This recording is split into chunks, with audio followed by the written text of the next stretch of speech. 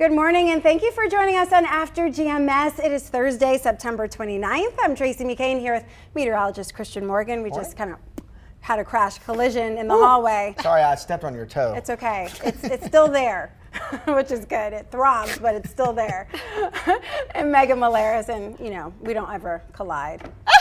We just walk hand in hand. There we go, in perfect harmony. Just to reiterate this, we did not figuratively run into each other. We actually ran into each other. Yeah, we ran into each other. I actually stepped on her foot. That's much different from the time you actually saved my life when I tripped. So I stepped on Tracy's feet It's and okay. catch you as you're falling into the studio. Jack of all trades. All right, welcome to After GMS. We are live here on the WFMY Facebook feed. I'm Megan with Tracy and Christian, and yes, we are all talking about Hurricane Ian. It caused devastation in Florida. Now is tracking our way at some point soon. Yeah, in case you missed it yesterday afternoon, landfall officially was at 3:05 in Coyo, Costa, Florida. That's just north of Fort Myers. It's a strong Category 4 storm with 150-mile-per-hour winds. Now, since then, it's been tracking overland in Florida, still overland, in fact, but has been weakening significantly. Now a tropical storm as it rides up along the east coast of Florida, just south of Orlando, and the strongest bands now moving up towards Daytona Beach and up towards Jacksonville. But if you look at the storm, it looks like a bit of a half storm at this point. There's a reason for that. If we take an x-ray really of the atmosphere and show you the water vapor, show you where all the moisture is, you see all this brown? That's all dry air, and it's being ingested into the storm. It's being wrapped up into the storm.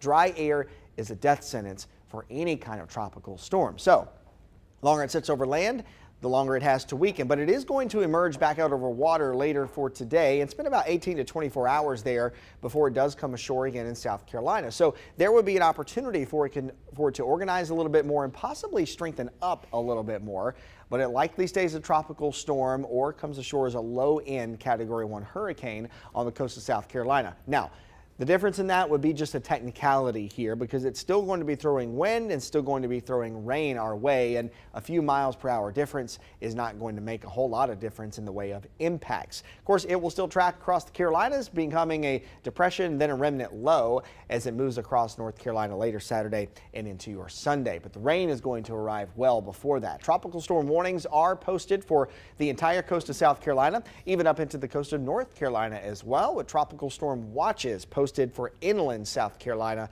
due to the potential for higher wind there. Now our weather setup looks a lot like this. High pressure, cool high pressure to our north keeps us cool today, but that strong area of low pressure, which is Ian, to our south, when it hits that area of high pressure and they kind of battle it out, their pressure differences create wind. And so our wind today will start to pick up as we get into the afternoon, and especially windy as we go into your Friday afternoon as the storm does push by. I do think by Friday afternoon, early evening hours, we could see those higher wind gusts, 40 to 50 miles per hour, and then relaxing a bit as we go into your Saturday. As far as rain goes, the clouds will thicken up today. We're still about 18 to 24 hours away from any rainfall, but by sunrise tomorrow, there will be some rain around, likely in the form of just scattered showers. But as we go into the middle of the day and into the afternoon, that rain will really pick up. And that's where we'll see that steady, even those pockets of heavy rain through Friday afternoon and Friday night. And that's where I think we could really pick up some hefty rain totals. For us in the Piedmont,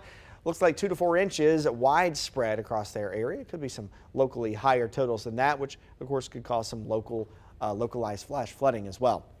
Gusty winds 30 to 45 miles per hour. That's kind of the general rule here, but severe weather we are not expecting tornadoes here. There is a low risk of a brief tornado, mainly east of I-95 for tomorrow and heading into your Saturday. I do think Friday evening through Saturday morning is the wettest and windiest period for us in this event. By Saturday afternoon, I think the rain is actually starting to taper off, but we'll still be left with scattered rain, scattered showers through your Sunday, even into the early part of next week as well. So wind and rain, that's our two big concerns here. Tornadoes, severe weather, not a concern for us. And I think the power outage concern is very, very low. I think there could be a couple isolated power outages if we get some of those 50-mile-per-hour wind gusts, but widespread power outages do not look likely for us at this point. Of course, we'll keep you updated if that changes. Just a chilly, wet, and windy couple days ahead, and we're still left with the unsettled weather through the weekend and even into early next week, but we will finally really start to dry it out and bring the sunshine back as we go into your Tuesday afternoon and into Wednesday. Temperatures are back up near 70.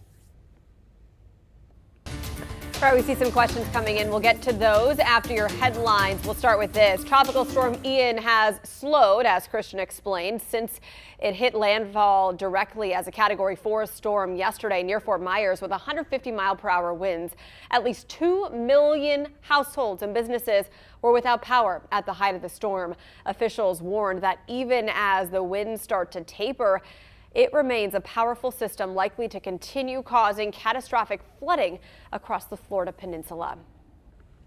Well, our area is prepping for the remnants of Ian, and beforehand, Governor Roy Cooper issuing a state of emergency for the state. The state of emergency will allow us to get federal help should we need it. It protects against price gouging, supplies, waives size and weight requirements for relief vehicles. It also allows farmers to transport livestock and crops without weighing. Winston-Salem State University canceled most of its homecoming events because of Ian. That means the football game will not happen. The university was set to take on Lincoln at home on Saturday. At this point, there is no rescheduled date. Full refunds are available. Another closure, this one regarding Halloween events. Spooky Woods at Kersey Valley will close Friday and Saturday on just the second weekend of this season. Organizers say they plan to reopen next Friday. So most Triad High School football games will be played tonight, a day early because of Ian. So that means Friday Football Fever is now Thursday Football Fever. Highlights from across the area right here on WFMY News 2 at 11. So from Naples to St. Augustine, Ian taking out power, trees, damaging homes all along its path. Including many people on the island of Cuba, where Hurricane Ian hit as a Category 3 and caused widespread devastation, knocked out the entire country's power grid. WFMY News 2's Denise McMillan talked to a man from Cuba who's now living in Greensboro and concerned about his family still home. Hurricane Ian left a trail of destruction in western Cuba. Current conditions are devastating, with nearly the entire country without power. But thankfully, Felix Simpa has been able to make contact with his family and loved ones there. I have an uncle in Cuba, in a resort area in Varadero, which is kind of like in a touristy area. But there is, I just spoke with them yesterday, and there's no power anywhere in Cuba, so they're completely out of power, the whole island. So, which is, tough for them. The Cuban people are tough. They've been through a lot, and they know how to endure and live without electricity. And Semper says because their homes are located in a resort area in Havana, the infrastructure is stronger, so their homes only suffered some wind damage. He says he's just happy to know his family there is safe because there is at least 2 confirmed deaths in Cuba from the hurricane. And as the storm moves away from Cuba and pummels Florida, he's been checking in with his father who lives there. He's fine. They're getting, wind and getting rain. Yeah, of course I was concerned. Every year I went through Hurricane Andrew back in '92, which was a huge hurricane, destroyed half of Miami. So I know what it's all about to be through a hurricane. So yeah, I really feel for them because, the anxiety and all the danger. And Semper says his family in Cuba has gone through tough times before, and he knows they will navigate as best they can in the wake of Ian. All right, so let's talk about Ian. Sure. Its track, there are several questions about, the wind gusts especially, because people are concerned about power outages. That's what wind does. It kind of just knocks trees down, power lines down, but the wind is not supposed to be that big of a threat. Right. I don't see us having sustained tropical storm force winds. I don't see a tornado risk for our area. Don't see a severe weather risk for our area. But there will be some higher wind gusts, 30 to 45 miles per hour. As a general rule, will kind of be the story. But it's not an elongated period, of a couple days. Okay. This is really, I think, our highest winds. That 45 mile per hour gust range is really Friday afternoon through Friday night late. Okay. And and not everybody will get one of those, so we'll keep an eye out for that. The other thing is that it's so dry. It's going to take a while to really saturate the ground. So once you saturate the ground, then you get high wind gusts, then you start to topple trees over. So it's kind of a growing issue that you kind of stack each layer.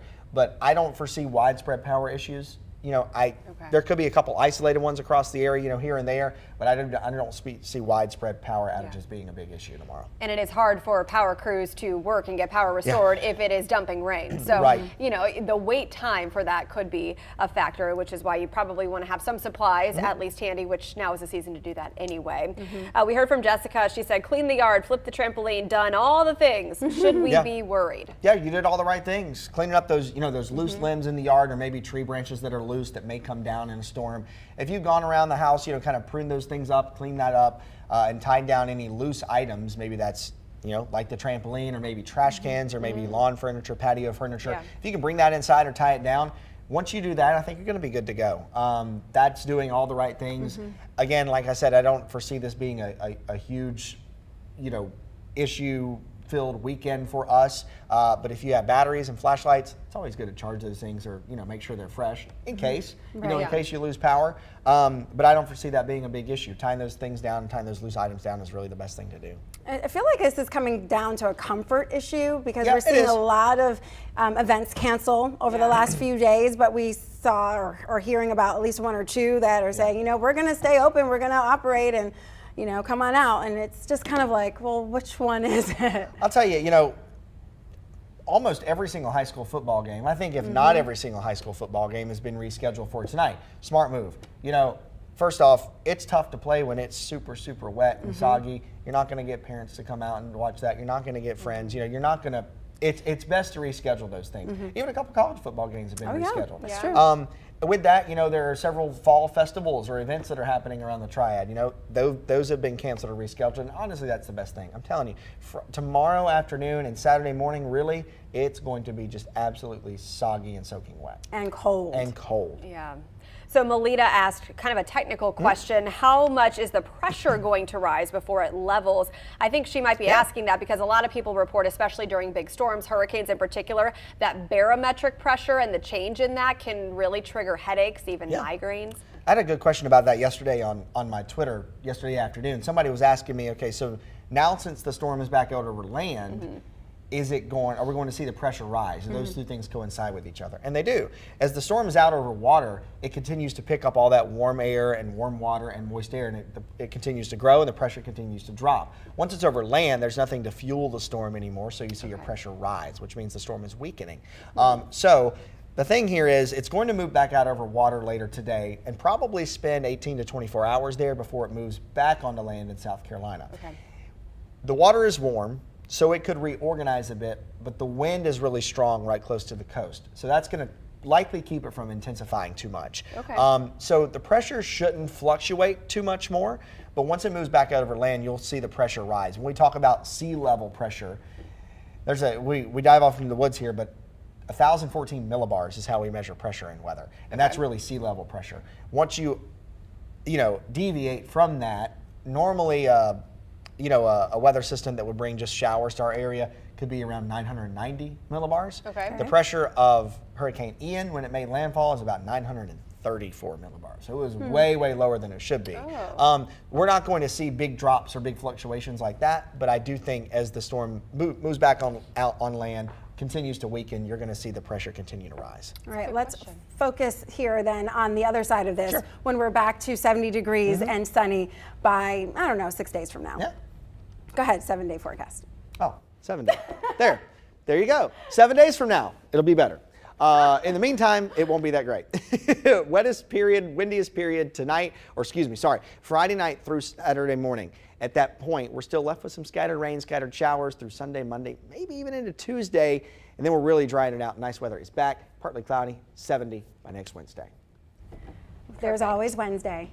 There's always a light at the end of the tunnel. Correct. So just a little bit of a hump to get over. We will. All right, we'll keep you weather aware and informed. We hope you join us on the Good Morning Show at 9 and then again on WFMY News 2 at noon.